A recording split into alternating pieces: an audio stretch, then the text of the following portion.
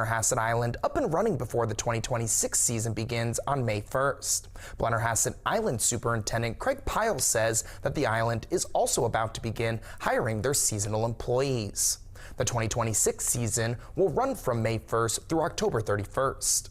Piles spoke on special events that will be held on the island in 2026. On July 4th, we always do our ringing of the bell ceremony. That's an annual tradition we do on the island. But our big 250th anniversary, we're going to go for July 20th, which is West Virginia Day. We'll have free cupcakes, ice cream, more reenactors on the island that day. And we're just excited to do it and to get away from everybody else that is concentrating on July 4th on the island. It'll be June 20th, which is West Virginia Day.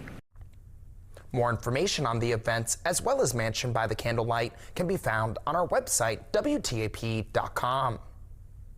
Piles says that the island plans for around 30,000 visitors each year. He added that the island has already had more tour buses booked to go to the island this year than in 2025.